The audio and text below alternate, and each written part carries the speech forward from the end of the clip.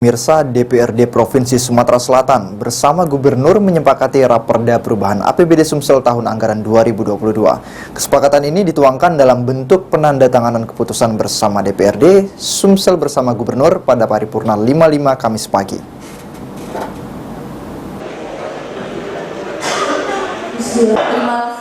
Setelah terlebih dahulu dibahas pada komisi-komisi DPRD Provinsi Sumatera Selatan bersama OPD Mitra Kerja, serta rapat konsultasi pimpinan komisi-komisi dengan Badan Anggaran bersama Tim Anggaran Pemerintah Daerah atau TAPD, akhirnya DPRD Provinsi Sumatera Selatan bersama Gubernur menyepakati Raperda Perubahan APBD Sumsel tahun anggaran 2022.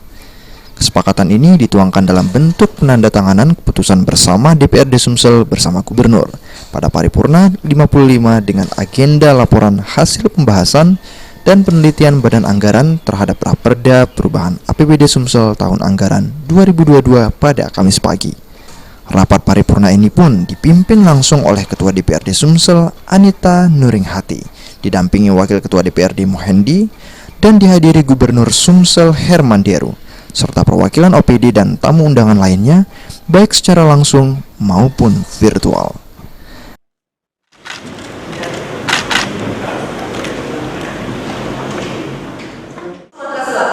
Terhadap rancangan peraturan daerah tentang perubahan APBD Provinsi Sumatera Selatan tahun anggaran 2022 sebagaimana yang dibacakan oleh Sekretaris Dewan tadi dapat disetujui.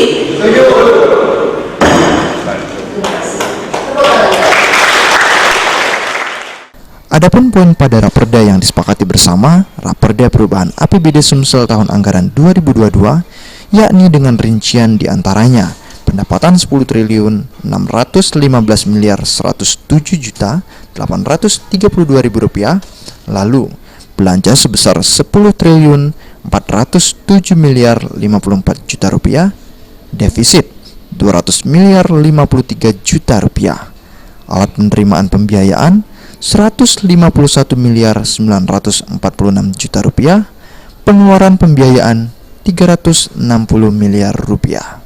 Perubahan APBD Provinsi Sumatera Selatan tahun anggaran 2022 dengan rincian sebagai berikut. 1. Pendapatan 10 triliun 615 miliar 107 juta 832 ribu 140 rupiah. 2. Belanja 10 triliun 407 miliar 54 juta 68 ribu 784 rupiah. Surplus dalam kurung defisit 208 miliar 53 juta 763 ribu 356 rupiah. 3. Pembiayaan penerimaan pembiayaan 151 miliar 946 juta 236 ribu 644 rupiah. B. Pengeluaran pembiayaan 360 miliar rupiah. Pembiayaan itu 208 miliar 53 juta 763 ribu 356 rupiah.